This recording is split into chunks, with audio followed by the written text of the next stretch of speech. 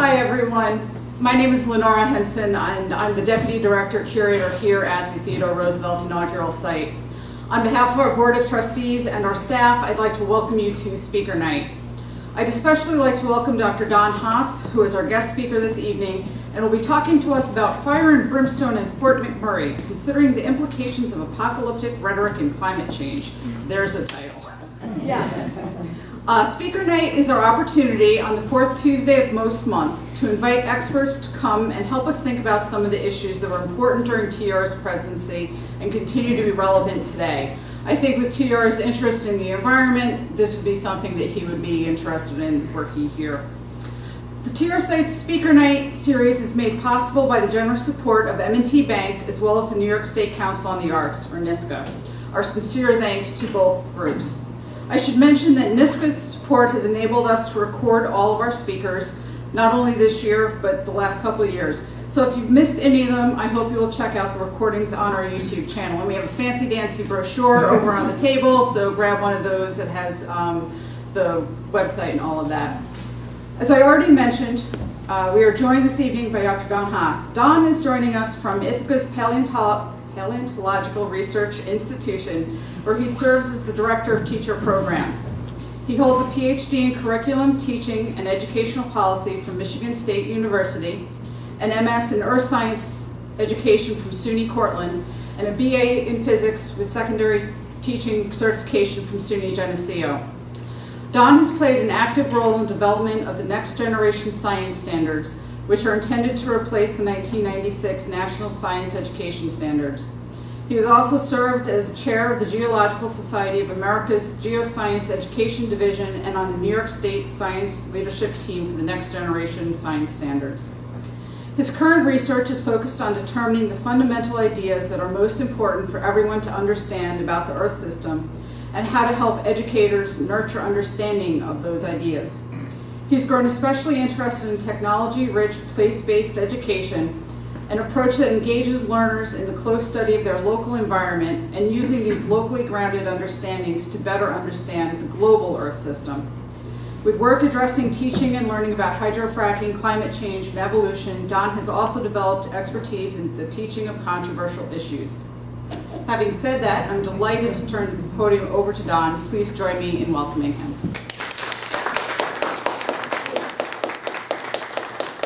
Thank you very much for that nice introduction. So one other thing that I didn't let Lenore know this, but we just won a nice award, which I want to mention, that the Paleontological Research Institution was just awarded the National Center for Science Education's Friend of the Planet Award. That was announced last week. That's great. It's mostly for our work on climate change. And I will pass around our book.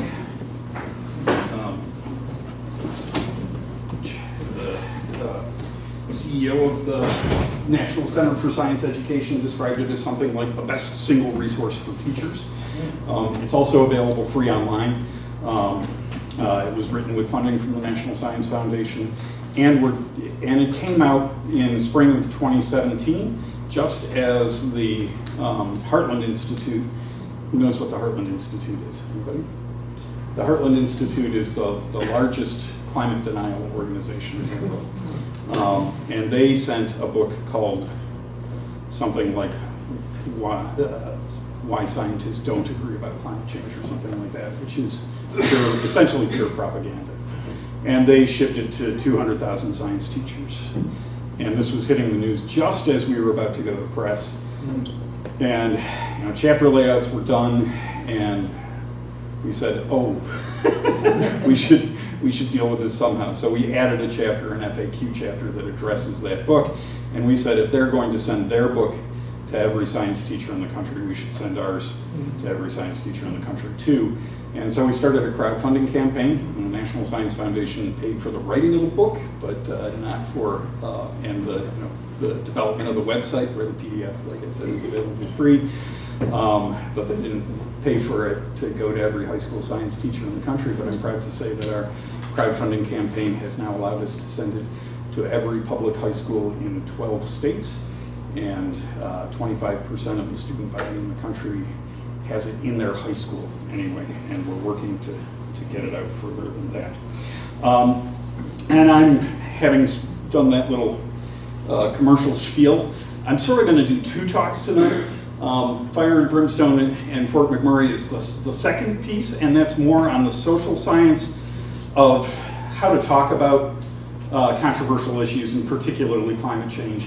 And I do think it's something that Teddy Roosevelt would be very interested in. For one thing, it relates to forest fires, and that was actually a pretty important part of the history. And there's a really interesting book that I just learned about called The Big Burn, Teddy Roosevelt and the Fire That Saved America. And I'm about a third of the way through it, and it's great. So I recommend that. So this is really part two. Part one, I'm going to flip over to here. And part one is really more on the physical science of climate change, or a piece of climate change and energy. And I think quite importantly, Chris Hayes, the pundit, said a nice pithy little thing about this idea. He said that talking about climate change without talking about energy is like talking about lung cancer without talking about smoking. Climate change is mostly due to our energy use, or the climate change that we're worried about is mostly due to our energy use. So we're going to look at gasoline for the first 25 minutes or so, and for the second 25 minutes, we'll talk about some of the social science, but there will be pieces of both going either way. And a big piece of this is actually what's labeled as social math, which is an idea of how to help people understand really big and really small numbers, which is really, really important for understanding lots of controversial issues, as it turns out. If more people understood the difference between 1,000, a million, and a billion, the world would be a better place. It really would, or at least if they acted like they did. So we're going to look at gasoline, and it's one source of carbon dioxide. And Americans burn about 391 million gallons of gasoline on the average day. That's more than a gallon per person. There's about 330 million Americans right now. So, wow. And I'm going to throw around some big numbers, so I'm going to briefly interrupt as I just get started to talk about scale. And I want you, in your mind, if we had more time in your class, I would have you do this on the front wall of the room. And I got the idea from a great book called A Numeracy by John Allen Powles, which is now 30 or 40 years old. And he was a math professor where on the first day of his intro freshman math class, he would put 0 in one corner of the blackboards that went across the front of the room and a trillion over there. And back in the day, blackboards covered the front wall of a lecture hall, and he would have students come up and put where they thought 1,000, a million, and a billion were between 0 and a trillion. And what do you think they did? Put it in, yeah, they spread it roughly across the first third or the first half. And what should it really look like? Yeah, way over at the end. So, so there's 0. There's a trillion over there. And everything goes in the first 1/1000th of the distance. So I think we can all kind of picture what 1,000 is. Well, a million is 1,000,000. And a billion is 1,000 million. And a trillion is 1,000 billion. So everything goes in that first 1/1000th of that distance across the front wall of the classroom. Most of us have a really hard time wrapping our heads around that. We might be able to step through the mathematics, but that doesn't necessarily mean we get it. So that's a really important idea to keep coming back to. And one thing that I do when I'm reading the paper or stories about the federal budget, or I hear it on the news that we're spending $1 billion on this or $1 billion on that, I think, okay, $1 billion, that's $3 for every American, because there's 330 million of us. So every time you hear $1 billion, think, there's $3 of my money and my kids' money, and so whatever. Just hammering on that a little bit more, 1,000 seconds is about 17 minutes. 1,000,000 seconds is about 12 days. 1 billion seconds is 32 years, and 1 trillion seconds is about 32,000 years. That's longer than the history of civilization by quite a bit. And it takes 10 trillion seconds to get up to the history of Homo sapiens. So keep that in mind, because there are going to be a lot of big numbers in this. So again, 390 million gallons of gasoline a day, more than a gallon per person per day. A gallon of gas weighs about 6 pounds. And I've got props tonight. Oops, where'd I put my... There it is, thank you. Whoever sat on the floor. So I filled a milk jug roughly 3/4 full. This gasoline has about 3/4 the density of gasoline. So if you got a 3/4 full jug of water, that's going to be about 6 pounds compared to the 8-pound gallon of water. And that gives you a feel for what we're talking about. So I'm going to just pass that around so you can feel what 6 pounds of gasoline feels like. And if you use 10 gallons of gas a week, we're wondering where that 60 pounds of gasoline goes. And we know from middle school science that matter can neither be created nor destroyed. Can anybody finish the sentence for me? Only changed in form, or only transformed, or something like that.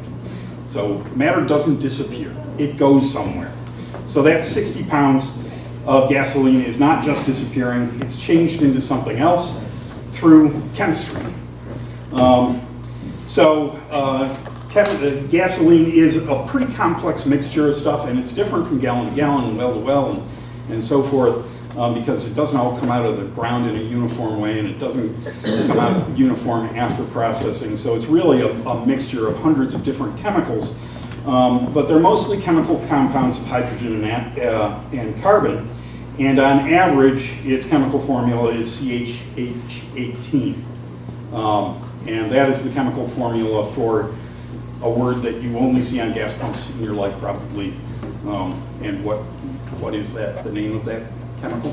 Octane. So that's the chemical formula for octane, and that's the most, on average, that's what gasoline is.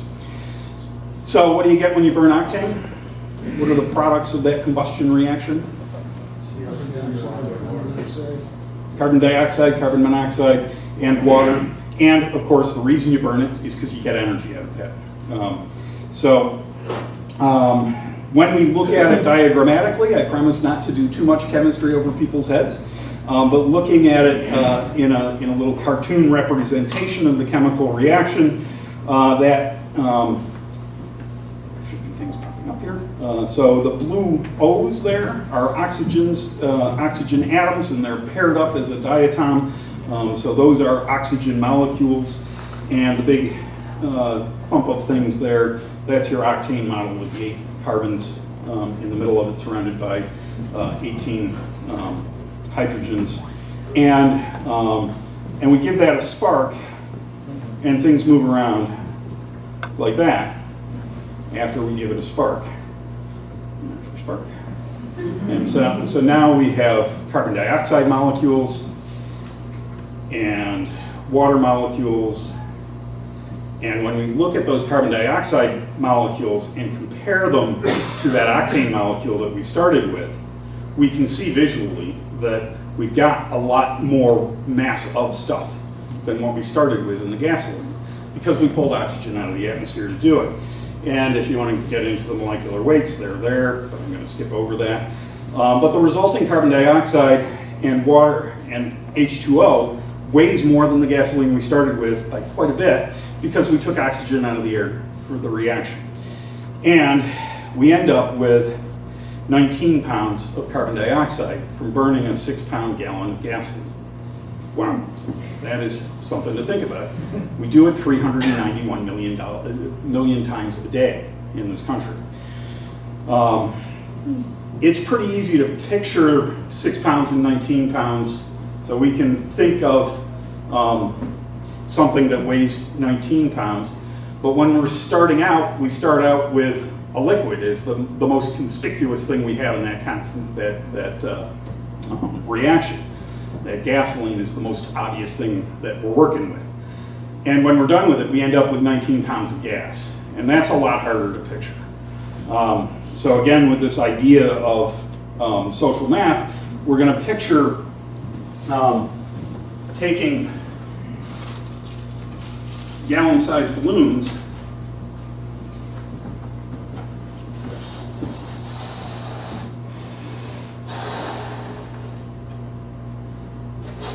So that's about the size of that gallon jug, right?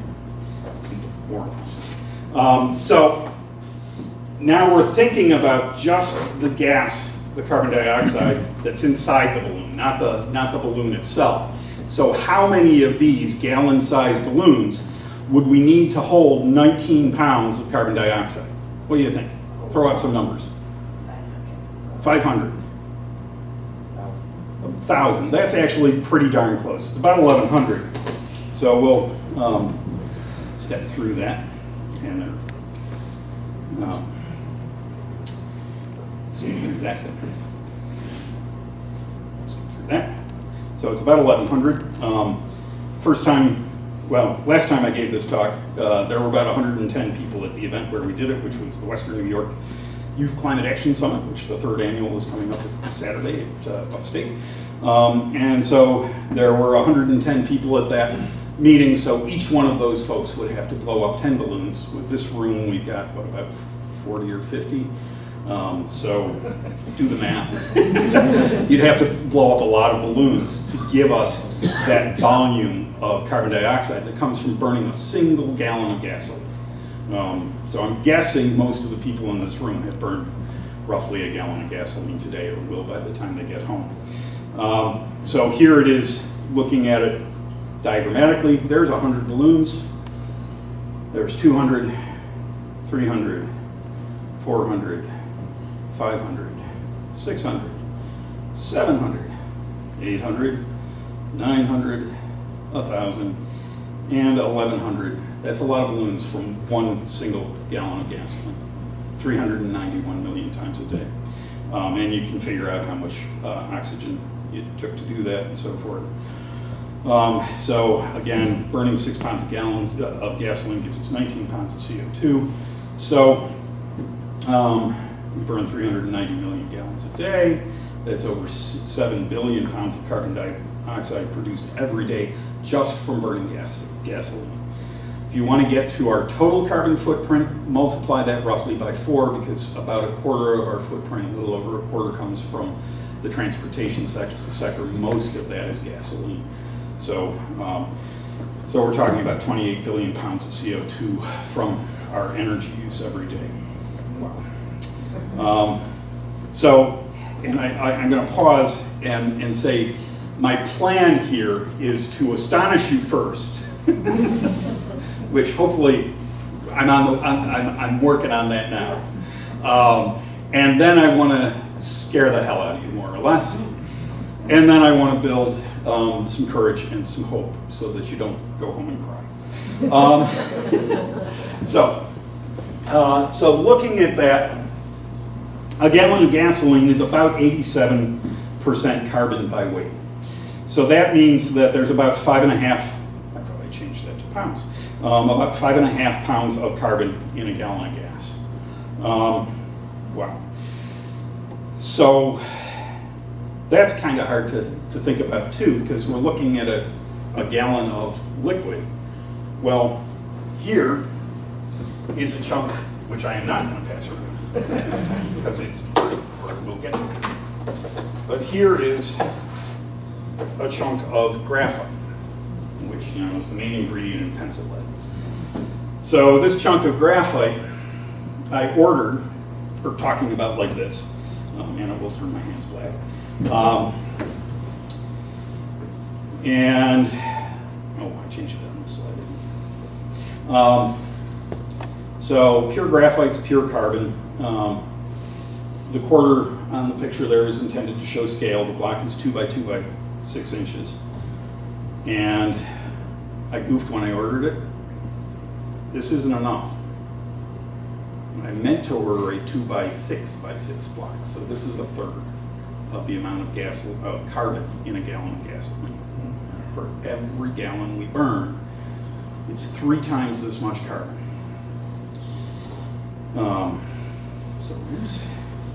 So that's what 5.5 pounds of carbon looks like. And that's how much carbon there is in a gallon of gasoline. And so a gallon weighs about 6 pounds. There's 5.5 pounds of carbon in that. So how much wood do you need to grow to take care of that 5.5 pounds of carbon, to take it back out of the air? So that's where a tree gets much of its weight from, is taking carbon dioxide out of the air and making cellulose and other parts of the plant. Trees are mostly made out of it. Wood's about 45 to 50% carbon. So if we've got 5.5 pounds of carbon in a gallon of gas, that means we need to grow about 11 pounds of wood for each and every gallon of gasoline. That means I can promise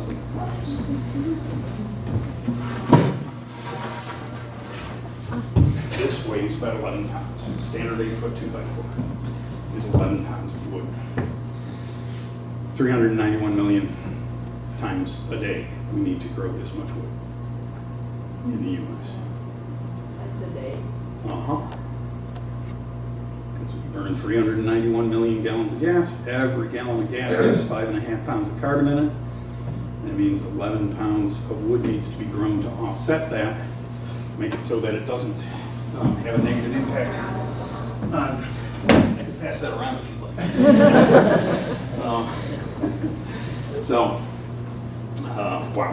Wow.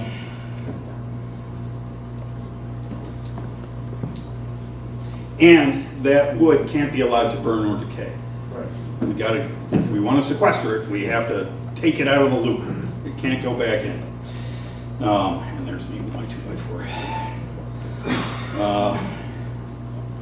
So 11 pounds times 390 million, that means 4.3 billion pounds of wood every day. That's more than 1.5 trillion pounds a year. What that means is, and again, this is just the gasoline part of the picture, and we also won't burn natural gas and coal, that means that we need to roughly double our forest in the U.S. if we want the forest to take care of it. And I'm going to fly through this. Okay. So we burn 4 billion pounds of coal every day. Happily, that number's changed a lot in just the last few years and is changing fairly quickly. So I updated the slide in 2017 and cut the numbers by 1/3 from when I first did this presentation in 2012. That's pretty awesome, but it's complicated because a lot of the reason we're burning less coal is because we're burning more natural gas. Natural gas releases about half the carbon per unit energy as coal or gasoline, but it's still releasing a lot of carbon. So it's less bad. It's not good, it's less bad. The big question is really, is it realistic to assume that changing atmospheric chemistry to this degree can be done without consequences? And I think the answer to that's a pretty obvious no. What do we do about it? Well, a big part of the picture that we don't talk about nearly enough is using less energy. It's not just using different kinds of energy. I can get into the complexities of comparing one energy source to another. The reality is that if you're generating gigawatts of electricity or billions or trillions of BTUs of heat energy, you're doing something pretty horrible to the environment, no matter what your source is. Different ones are bad for the environment in different ways and to different degrees, but they're all bad for the environment. And we talk about what kind of energy we use an awful lot, which is good, but we should be talking a whole lot more about how much energy we use. And that's not a part of the discussion nearly enough, in my opinion. And I think also we can make big changes without, in the amount of energy that we use, without really suffering from it. If we make communities more walkable, you lose weight, you know your neighbors, you trust your neighbors, and you're putting out a whole lot less carbon. And that's not technologically difficult, it's sociologically difficult. We'll come back to that. Okay, and now I'm going to switch over to the part 2. Any questions on that first piece that's really about energy use pretty directly? Yes. And even solar energy? Even solar energy. Hydro? Pardon me? And hydro? And hydro. So for solar energy, you've probably all seen the solar strand at UB, the solar array that's right off the Millersport Highway. That generates 750 kilowatts of electricity, or that's its capacity. And 750 kilowatts is half what one of the big windmills generates. And it is a tiny, tiny fraction of what the Robert Moses power plant at Niagara Falls generates, which is 2.4 gigawatts. So again, with the big numbers, so 750 kilowatts. Well, a kilowatt is 1,000 watts. So if you picture a traditional incandescent 100-watt light bulb, 10 of those is a kilowatt. 10 traditional 100-watt light bulbs is a kilowatt. So 750 kilowatts means 750,000. Nope. I'm doing my math wrong. But you can kind of picture that and step through it. Well, 1,000 kilowatts is a megawatt. The most common windmills, the big windmills that you see, are 1.5 megawatt windmills. The Robert Moses power plant's capacity is 2.4 gigawatts. So a gigawatt is 1,000 megawatts. The largest nuclear power plant in the world is about 150 miles away from us that's currently operating. There's actually other ones that are bigger that are offline in Japan. But the Bruce Peninsula Nuclear Generating Station in Ontario is the largest currently operating nuclear power plant in the world. It's 6.3 gigawatts. It provides about a third of the electricity for the entire province of Ontario, including Toronto, which is the biggest city in Canada. When we compare that 6.3 gigawatt power plant at the Bruce Nuclear Generating Station, if we wanted to have the same capacity by extending the solar strand at UB, keeping it the same width, which is about as wide as a 4-lane highway, and it's called a strand because they're laid out in a line, and it's about 0.2 of a mile long. So if we wanted to keep it, if we wanted to build the solar strand out so it had the same generating capacity as the Bruce Nuclear Generating Station, we would have to extend it from Buffalo to Juarez, Mexico. You can't tell me that doesn't have fairly substantial environmental impacts. For one thing, you got to make the solar cells. For another thing, you're covering up a whole lot of land. The best places for hydro have already been used. There aren't any spare Niagara Falls around. Robert Moses is the largest hydro plant east of the Mississippi. It's a pretty big deal. It provides a lot of our electricity. But every way you generate lots of energy has pretty serious consequences. One other question before we go on to You told us how many board feet of lumber we need to grow in order to replace this carbon. Mm-hmm. How much are we growing? And then could you also give us the figures, not just on a national basis, but on a world basis? I can't off the top of my head. This is actually the first time that I gave the extended version that had the graphite and the 2x4. This is the first time I've carried a 2x4 into a talk. So I haven't done that math yet, but you can check back with me, and I'll probably doing that before Saturday for the Youth Climate Action Summit. So let me go into part 2, and at the end we should have time for questions. So this is actually part of a chapter in the Teacher Friendly Guide, chapter 11, I believe it is. And again, that's free online. I also know that in our short time together, it's unlikely that I'm going to teach you things that are going to yield durable understandings, unless maybe I can get an epiphany, and if I can do that, that's awesome and amazing. But I love this quote. So if you want to build a ship, don't drum up the men to gather wood, divide the work and give orders. Instead, teach them to yearn for the vast and endless sea. So I'm trying to encourage you to yearn for the vast and endless sea of being a climate change communicator and going out and talking to your friends and family and your legislators about these issues. Most Americans do not talk about climate change on any kind of regular basis, and they should. It is, I believe, one of the most important issues facing global society, and local people everywhere in the next century and in the next few decades. And it's here now, as we'll get into. So you're all deputized now. All right, so what does fire and brimstone bring to mind? Hell and damnation, and fire. And I'm going to try and go quickly, but I will ask for audience participation here and there. And I'll just ask you to think about how it relates to the way you see the world. And here's a quote from the King James Bible on fire and brimstone. And the devil that deceived them was cast into the lake of fire and brimstone, where the beast and the false prophet are, and shall be tormented day and night forever and ever. So that's from the book of Revelation, and there's a medieval woodcut of fire and brimstone. And you won't be able to hear this, I think. No. What he means is Old Testament, yeah, man. Real wrath of God type stuff. Fire and brimstone coming down from the sky. It's only 20 seconds. Human sacrifice, dogs and cats living together. That's hysteria. You know, I get the point. So that's what some people think of when they think of fire and brimstone.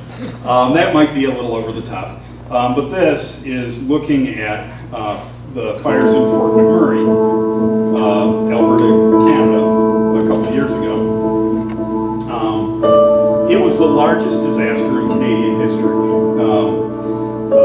in terms of evacuation, in terms of money spent. And they evacuated 90,000 people. It said 80,000 because this video was actually posted during the fires. And the fires burned for months. Forest fires that started in, I don't remember if it was April or May, in the Canadian Rockies, that were huge. And April and May in the Canadian Rockies is not normally fire season. What's the business in Fort McMurray? Anybody know? Oil. It's the tar sands, yeah, or oil sands. Tar sands, oil sands are the same thing. So I saw this, and I saw that video and other reports about that fire. Anybody remember that fire a couple of years ago? Yeah. Good. Not a lot of people don't. And I looked at those images, and I thought, my God, that looks like fire and brimstone. And digging in a little further, I'll come back to fire and brimstone in a minute. But I think when we're talking about apocalyptic rhetoric, we've always talked about apocalyptic rhetoric. As long as there have been humans telling stories, we've been telling stories about the end of days. And that's pretty interesting, and there's a bunch of reasons that we do that. For one thing, it's a pretty powerful teaching tool to talk about the end of times. It's got a lot of sort of double-edged swords. If you're not conscious of what you're doing when you're talking about the apocalypse, you're probably going to do what you want with part of your audience and do the opposite of what you want with part of your audience, and then part of your audience, of course, will just tune out. But, the Lorax is an apocalyptic story. Unless someone like you cares a whole awful lot, nothing's going to get better, it's not. And in polarizing issues, it's often easy to find apocalyptic rhetoric at both ends of the spectrum. For climate change, one version of the apocalypse when you're talking about climate change is fire and brimstone and the stuff that we've actually seen in the last few years in the California wildfires and things like that, on the one hand. And on the other hand, people worried that government's going to take control of everything and it'll be the end of the economy and the end of personal freedom, which is a different kind of apocalypse. In the American way of life. Those are both problematic versions of the story, I think. But they both involve prophecies. And we had the false prophet in the Bible quote. Prophecies are predictions, but they're more than predictions. It's pretty difficult to link specific events to climate change. But the drought that led to the fires in Fort McMurray aligns pretty well exactly with what climate scientists predicted. So it's set it up well. When we are climate science is getting much better at connecting specific instances to human activities as root causes. But it's still pretty hard to do and a pretty challenging link. But a nice analogy is that is comparing it to steroids in baseball players. So a baseball player is more likely to hit a home run if he's taking steroids. So Barry Bonds, if you look at his record, he got better when he took steroids. Could you point to a home run that he hit and said he wouldn't have hit that if he wasn't taking the steroids? Not very easily anyway. And it's like that with looking at a fire or a hurricane, to look at it and say, well, I can't say this particular hurricane or this particular fire was made worse because of climate change, but the general trend is that hurricanes and fires and droughts and extreme rain events and lake effect snow will get worse in a climate change regime. But it's pretty hard to nail it down to a specific incidence. But prophecies are more than predictions. They are also calls to change one's evil ways and to repent. And repenting is not simply apologizing, but doing things differently going forward. And I think it's pretty interesting how climate scientists are a lot like prophets. They are not only making predictions about the future, but saying what's causing it and identifying things that we can do to change our ways and make those things less bad. Here is looking down at Fort McMurray in Google Earth. And again, oil sands or tar sands are the big business in Alberta. And you can see almost that that's a 20-mile scale bar. This is a huge, huge operation. And we're going to zoom in on it. And those yellow rectangles are flat top pyramids. Here is the scale bar again, 2,000 feet. That I believe is the trailer, the tractor trailer. What is this yellow stuff? Anybody know? It is sulfur. What's another name for sulfur? Brimstone. Yeah. So sulfur is a byproduct of refining oil sands, refining the oil refining process of this unconventional source of oil. It's kind of like asphalt, and you clean that up to get the oil out of it, and it ends up that there's a lot of sulfur that you can sell as much as you can sell. But they're making so much that it piles up, and if you've ever been to the Port of Vancouver, you'll see that a lot of it is there in big piles that is being sold and going off somewhere else. But there is so much from the refining process that it piles up there, so they get plenty of brimstone. And so I was thinking about those fires, and I was like, okay, I should remember what brimstone is. And I was a church-going kid. My grandfather was a minister, and I was a high school earth science teacher. And I'm like, oh yeah, what do you know? It's sulfur. And my colleagues and I also wrote a book on hydrofracking. And my response to the question of what's the most important thing to know about hydrofracking is the broader energy system. You need to know about how energy sources compare to one another. So there's information in the book that digs into the tar sands, and so I knew that sulfur was produced from that process. Fort McMurray is but one recent disaster of biblical proportions. The U.S. Weather Service has actually used that language in a few events in the last few years, including the floods around Boulder, Colorado a couple of years ago, and the fires in California. That these are weather disasters of biblical proportions. And Baton Rouge's Great Flood of 2016, the 2017 hurricane season, Buffalo's knife storm, and the California 2017 and 28 fire seasons were all events of biblical proportions, I would argue. What was the knife storm? The knife storm was the November storm where Depew got 7 feet of snow. Oh, yeah. And looking at that picture, it had a very sharp edge.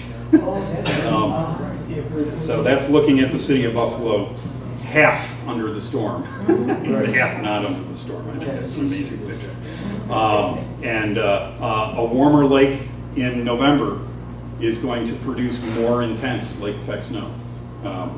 That may or may not continue for the long term. If it gets warm enough, then we'll have less lake effect snows, but the immediate short term seems to be that more intense lake effect snows are happening. And that's again, it's again really hard to make those specific connections. Having said all that, it's really, really important to note that oil does not equal evil.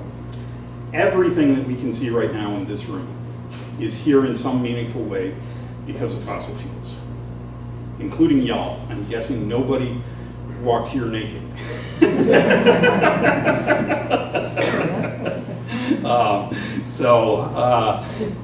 Pretty much everything that we can see is here in some very, very meaningful way because of fossil fuels. Fossil fuels made our modern way of life possible. At the same time they make our modern way of life possible, they endanger our modern way of life. And I think that we don't talk about those two truths at the same time nearly enough. We depend on fossil fuels to an incredible degree. If somebody were to have a heart attack right now, we'd be awfully glad that that ambulance was coming, and it would be coming powered by gasoline in the world today. And it would get to a hospital that's powered by a mix of fuels, including fossil fuels, although very, very interestingly, upstate gets the overwhelming majority of its energy from renewable energy right now, which is a big change in not too many years. So I just said that, so we'll fly along. There's at least 5 reasons for exploring our use of this kind of rhetoric. And I do a lot of work with teachers. My title is the Director of Teacher Programming. But I've deputized you all as climate change communicators or educators. So keep these things in mind. This kind of story, the apocalyptic story, is very commonly used, often without much thinking about the fact that we're using it and its biblical and mythological roots. If we pay attention to that, I think we'll do a better job in using it in our communication. It's important to recognize that using approaches like this have different outcomes for different people in the room. Using a doom and gloom framework for environmental problems will motivate some of the folks in your audience to reduce potential impacts. Some will tune it out, and some will be motivated to work against what you're talking about because they'll think you're crazy. And if you've got an audience of more than one person, you have more than one audience. For educators, there's good opportunities for interdisciplinary connections, particularly to the English language arts and the social sciences. If you attend to these issues, you can use it as a vehicle for understanding and appreciating complexity. And one of my sound bites from a different talk is that we need to complexify the seemingly simple. Mm-hmm. As educators, we are and educators and journalists and politicians are all driven to simplify the seemingly complex, and that's important in its place. But the reality is that the world is a wickedly complex place, and we do a horrible job of teaching that in the K-16 educational system. And it's so incredibly important. Also understanding the use of mythological rhetoric can help you identify problematic claims.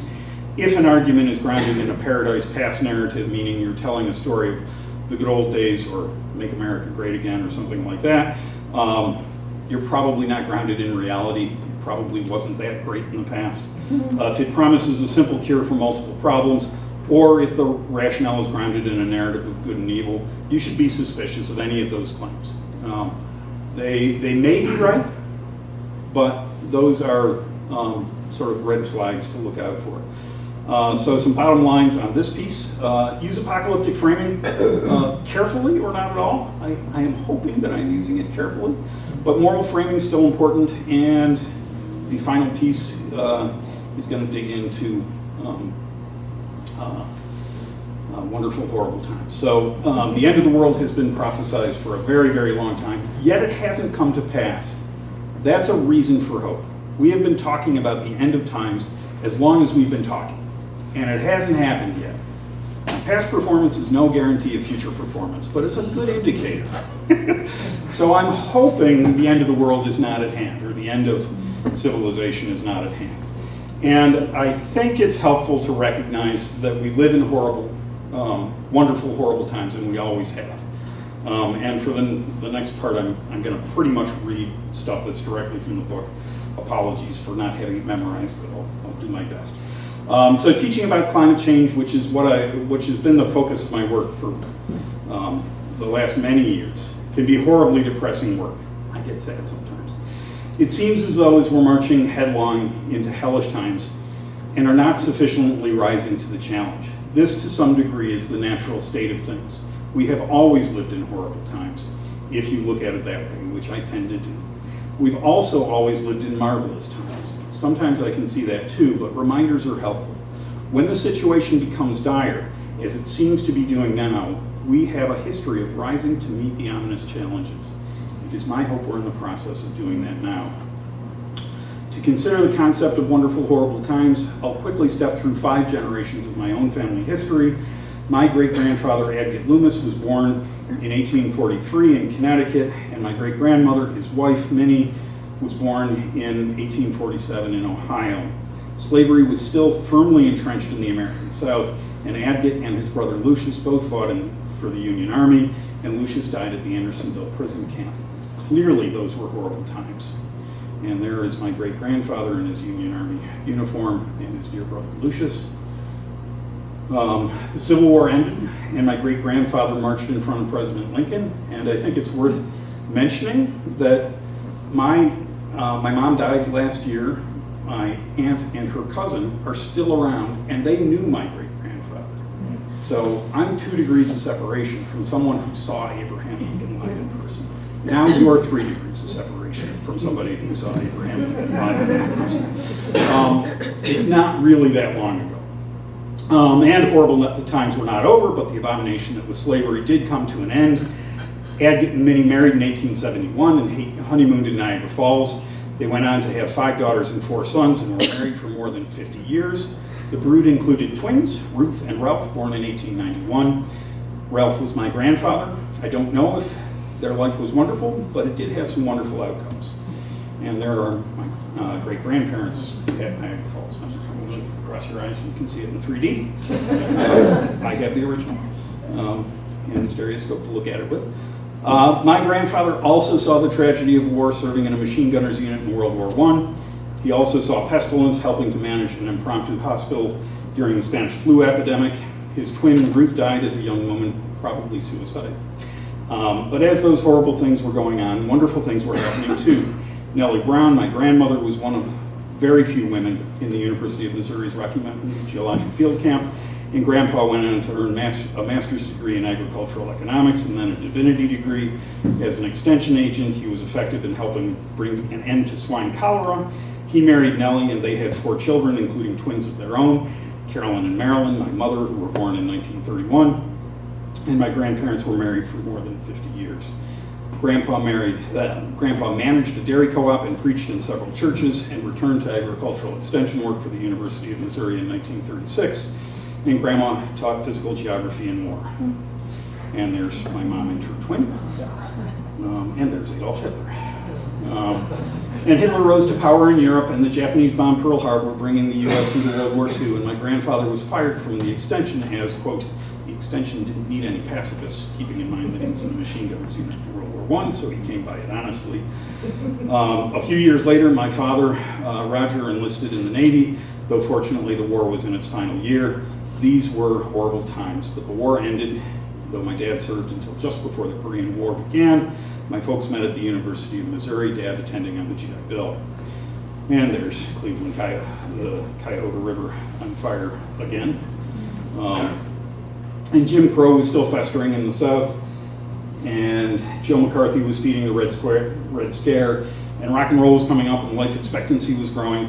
And the skies were black with smoke and smog, and rivers caught fire. And my parents married and had 6 kids, beginning with my brother in 1952 and ending with me in 1963, just a few months before President Kennedy was killed.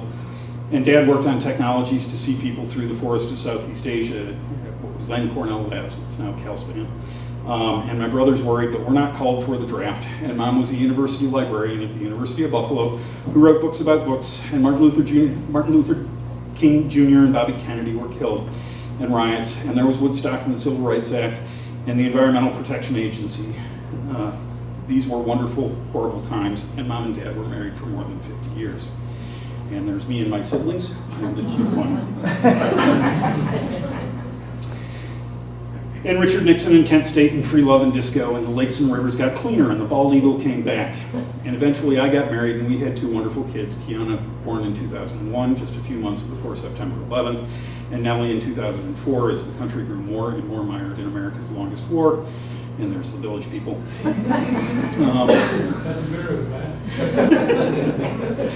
All along, we worried about the fate of our children in these turbulent times, whatever time it happened to be.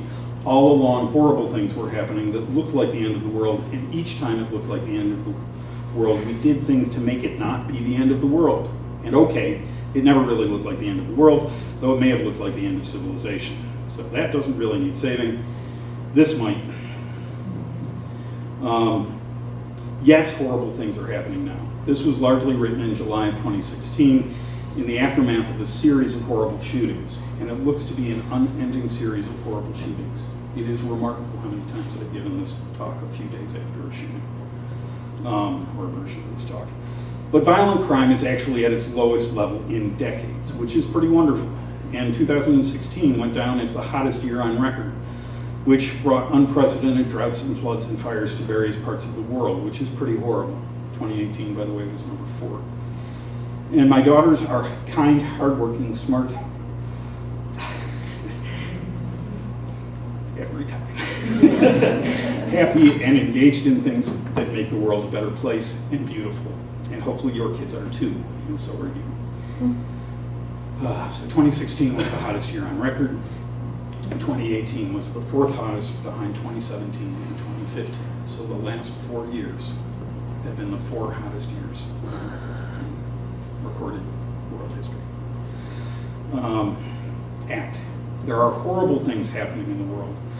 When the horror becomes clear to enough people, we do something about it to make it less horrible. Let's do that now and celebrate the wonderful things too. We all need to be on the right side of history for the ones we love.